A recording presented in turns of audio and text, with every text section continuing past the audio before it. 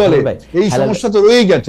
হেলাল ভাই, আমি কোশ্চেনটা কোন রাজনৈতিক দল বলেন? না কোন রাজনৈতিক দল দিয়ে তো আমার আসলে এখন প্রসঙ্গ না, প্রসঙ্গ বিএনপি নিয়ে। আমি আমি আমি আমি যেটা বলতে চাই যে বিএনপি একটা রাজনৈতিক দল হিসাবে বাংলাদেশে এখন বর্তমানে যেসব দল রাজনীতি করতেছে তার মধ্যে সবচেয়ে বড় দল হিসাবে বিএনপি তো চলতে হয় না, বিএনপি তো একটা ব্যয় আছে। বিএনপি কি কর্মীদের নেতাদের মাধ্যমে টাকা সংগ্রহ করে না, যেটাকে আমরা চাঁদা বলে থাকি ভালোবেসে?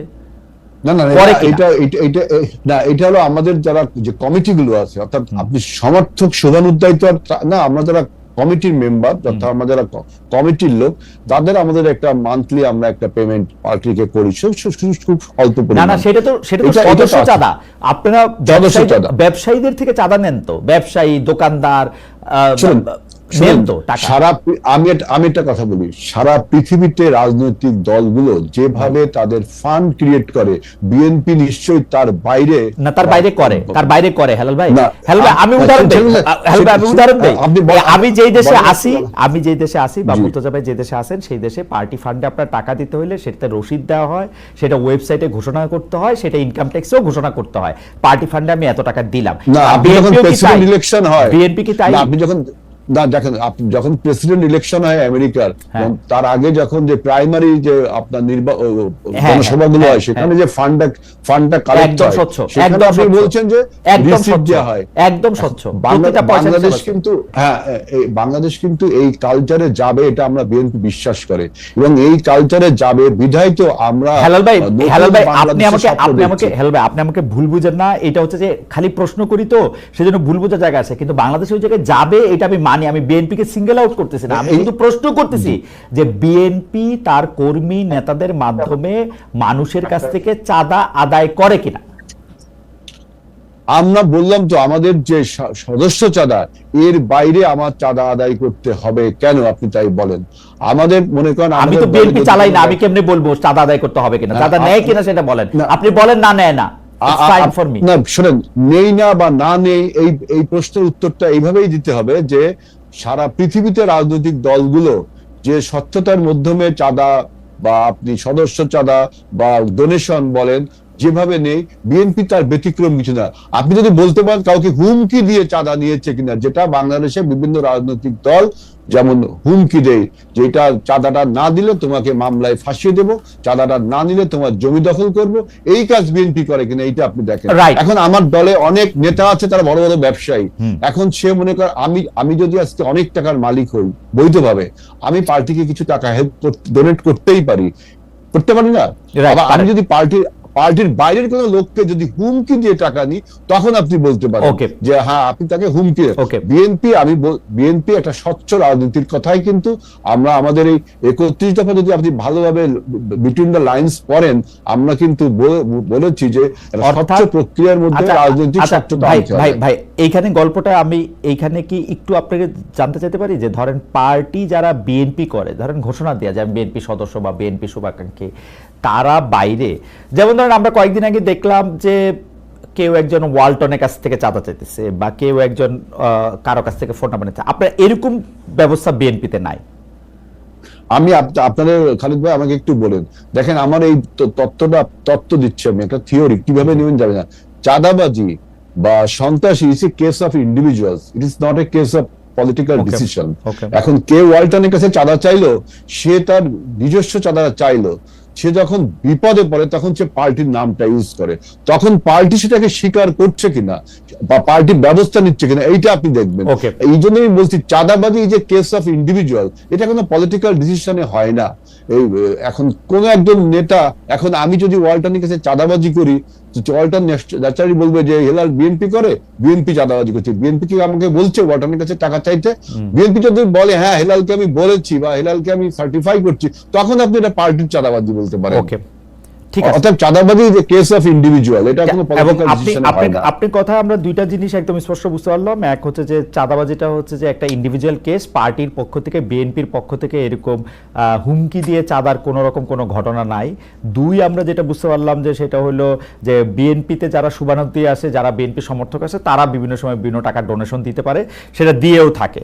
আপনারা কি কখনো, একটু ছোট করে বলবেন, আপনাকে কখনো ভাবছেন যে এই ব্যাপারটা একটু স্বচ্ছ করে তুলবেন? কেন আমি এই কথা বলতেছি যে আমরা কিন্তু দেখতে পাচ্ছি যে বাংলাদেশের যত পলিটিক্যাল শো অফ, ইভেন উনি যদি বাংলাদেশের সর্বোচ্চ বড়লোক হয়ে থাকেন, মানে উনার যদি দাদা বা নানার জমিদারিও থাকে, উনি এটা জমিদারি থেকে টাকাটা ব্যয় করেন না আসলে, মানে এরকম জমিদারি থেকে ব্যয় করছেন, রাজনীতির জন্য ট্রাক বা বাস বা গাড়ি ভাড়া করছেন বাবার টাকা থেকে, এটা আমরা অনেক বেশি দেখি না।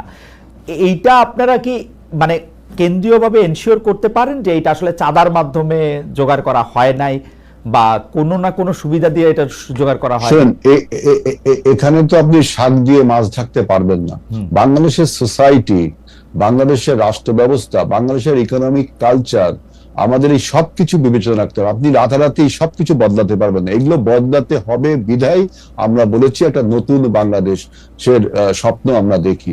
আপনি সোসাইটির যে স্ট্রাকচার, সোসাইটির যে কালচারাল রিলেশন, এটা আপনাকে মাথায় রাখতে হবে। আপনি যে দেশে বাস করেন সে দেশের ইকোনমিক যে ট্রান্সপারেন্সি, আপনার দেশে সবসময় ইকোনমিক ট্রান্সপারেন্সি আছে তা না, কিন্তু সেখানেও আপনার অস্বচ্ছতা আছে। আমাদের দেশে এই অস্বচ্ছতার পরিমাণটা বেশি।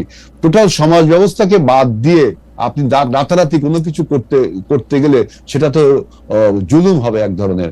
আমি সেজন্য বলছি আমাদের ইকোনমিক যে কালচার, আমাদের সোসাইটির যে কালচার, মানুষের যে কালচার, নৈতিকতার যে কালচার, আমাদের এইগুলোকে পরিবর্তন করতে হবে। আপনি অযথা যদি একটা দলকে বলেন, এই দোষ শুধু দলের না, সরকারের, রাষ্ট্রের, বিভিন্ন গোষ্ঠী, বিভিন্ন পরিবারেরও আছে। একজন বিখ্যাত ব্যক্তি যখন তার মেয়ের বিয়ে দেয়, দেখা যাচ্ছে সে অত 10 লাখ টাকার মালিক খরচ করছে 20 লাখ টাকা, টাকাটা কোত্থেকে আসলো? এই যে জবাবদিহিতা, এই জায়গাটা যদি আপনি নিশ্চিত করতে পারেন, অর্থাৎ আমাদের তখন আপনি বলতে পারবেন। আমার মনে হয় যে আপনি একদম সমস্যার গোড়ায় হাত দিয়েছেন। আমরা ব্যক্তি বা পরিবার বা সমাজ পর্যায়েও এগুলি জিনিস অ্যালাউ করি বা আশা করি বা অন্যকে বাধ্য করি বলে এটা আসলে পলিটিক্যাল পার্টির মধ্যে এটা অনুবাদ হয়। এটা আপনি ঠিকই বলছেন, আমি আপনার সাথে একমত হেলাল ভাই। আমি একটু মুর্তজা ভাইয়ের কাছে যাই যে মুর্তজা ভাই, সরকারের প্রশ্নে বা প্রসঙ্গে একটা প্রশ্ন আপনার কাছে আনতে চেয়েছিলাম যে সরকারের আসলে নিয়ন্ত্রণ আছে কিনা, এই সরকার আসলে আইন শৃঙ্খলা বাহিনীগুলির উপর নিয়ন্ত্রণ রাখে কিনা, বা সরকার এক ধরনের চোখ বদ্ধ করে একটি উট পাখি, বালিতে মুখ গুজে থাকা উট পাখি কিনা সমস্যা হয়।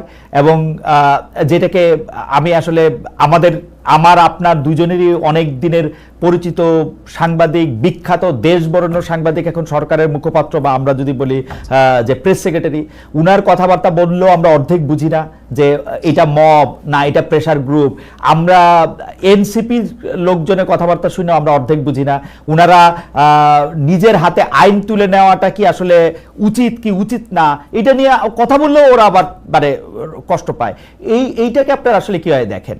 মানে ঘটনা হয়েছে হলো খুন হইতেছে প্রকাশ্য দিবালোকে, ম্যাজিস্ট্রেসি পাওয়ার দিয়ে আর্মি সামনে আসে, সরকারের একজন খুবই যোগ্য স্বরাষ্ট্র উপদেষ্টা রয়েছেন, কিন্তু আসলে কোথাও কোনো কিছু কাজ করতেছে বা বইলা বন হইতেছে না। এটাকে আপনি কিভাবে দেখেন? দেখেন, কিভাবে দেখার কিছু নাই আসলে।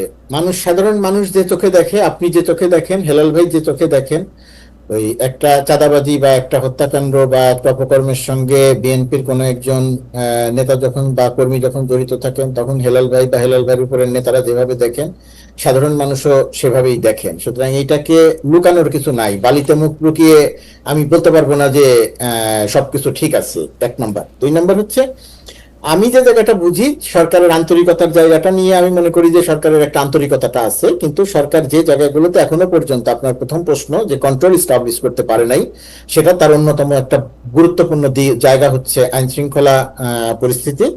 সেই আইন শৃঙ্খলা পরিস্থিতি কন্ট্রোল করতে না পারার ক্ষেত্রে একটা প্রধানতম কারণ, সেনাবাহিনী ম্যাজিস্ট্রেসি ক্ষমতা নিয়ে রাস্তায় থাকলেও এই মূল কাজটা যেহেতু পুলিশ করে বা পুলিশকে করতে হয়, তো পুলিশকে এখনো পর্যন্ত পুরোপুরি ভাবে অ্যাক্টিভ করা যায় নাই। না করতে যাওয়ার কিছু লজিক্যাল কারণ আছে।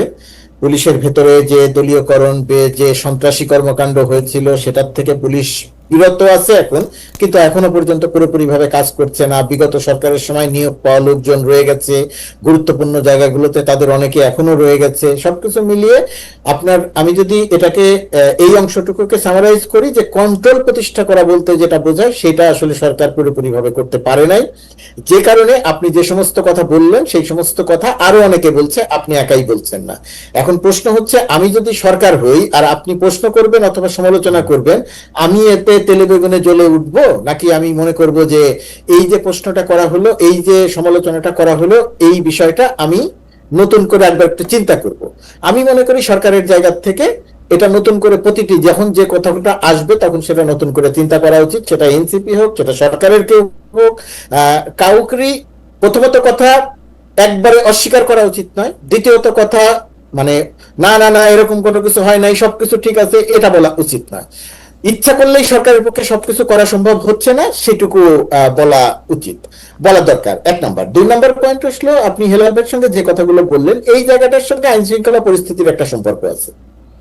সম্পর্ক আছে বলতে, ধরেন বিএনপির অবস্থান যদি আমরা দেখি, ধরেন বিএনপির এমনও দেখা গেছে যে কোনো একটা অঞ্চলের একদল নেতা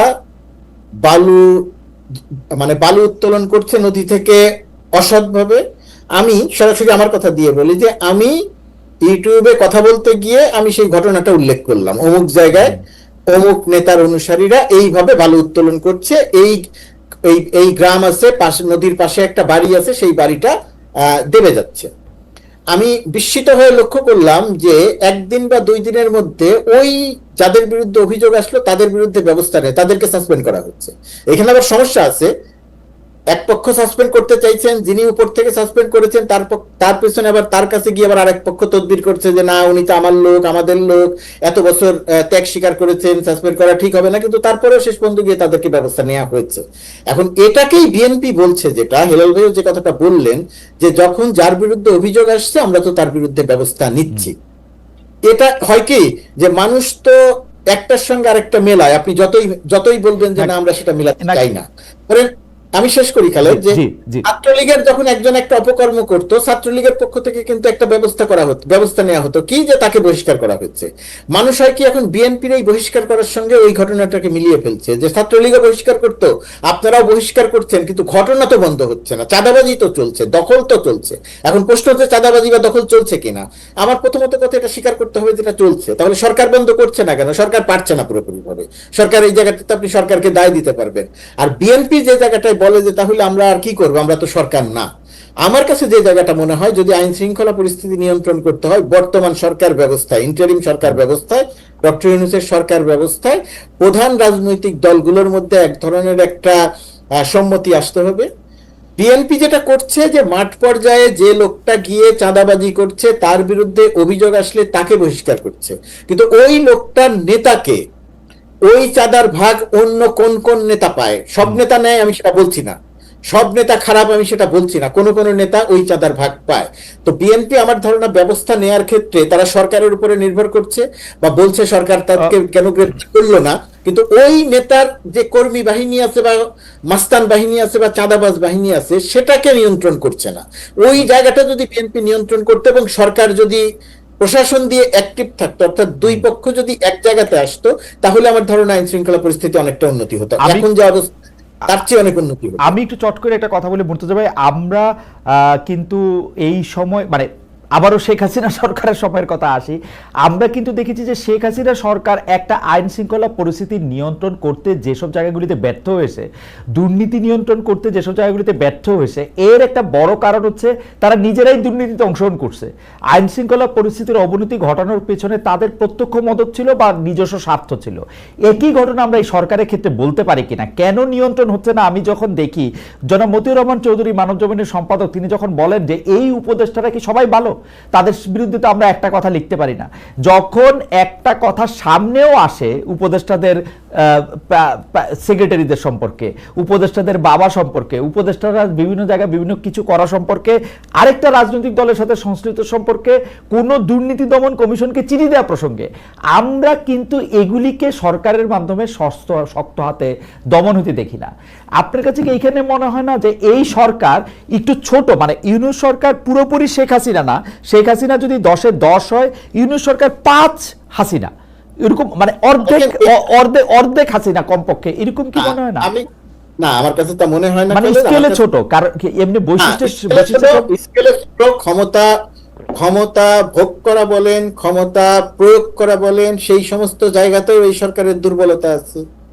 সরকারের উপদেষ্টাদের আপনি কারো কারো বিরুদ্ধে, মতিউর রহমান চৌধুরীর, মতিভাইয়ের যে কথাটা আপনি বললেন, সেই কথাটা বলা আপনি বলতে পারেন, আমি বলতে পারি, কিন্তু সেই কথাটা বলে শেখ হাসিনা সরকারের ওই দানবীয় কর্মকাণ্ডের সঙ্গে মিলাতে যাওয়াটা আমার ধারণা, মানে স্কেল আপ যদি আমরা করি, ধরা যাক না, স্কেল আপও করা যাবে না। আপনি বর্তমান সরকারের কোন উপদেষ্টার আপনি ওইভাবে তারা ক্ষমতা ব্যবহার করে দুর্নীতি করছে, তার দুর্বলতা বের করতে পারবেন, আপনি তার সমালোচনা করতে পারবেন, এই কাজটা তার করার কথা ছিল, সেই কাজটা সে করতে পারেনি বলতে পারবেন, কিন্তু আপনি এই বর্তমান সরকারের ভেতরে একজন সালমান রহমান দেখাইতে পারবেন না। আপনি বর্তমান সরকারের ভেতরে একজন এই কি বলবো, কিন্তু মুর্তজা ভাই, সালমান এফ রহমানও কিন্তু আওয়ামী লীগের প্রথম বছরে গিয়ে সালমান এফ রহমান হয়ে যায় নাই, তারা ওয়েট করতে হয়েছে 10 বছরের, তো টাইমেরও একটা ফ্যাক্টর আছে। আমি কইতেছি যে ছোট বড় আছে কিনা, মানে আছে না, আমার কাছে সেটা মনে হয় না ছোট বড় আছে, কারণ সরকারের কোন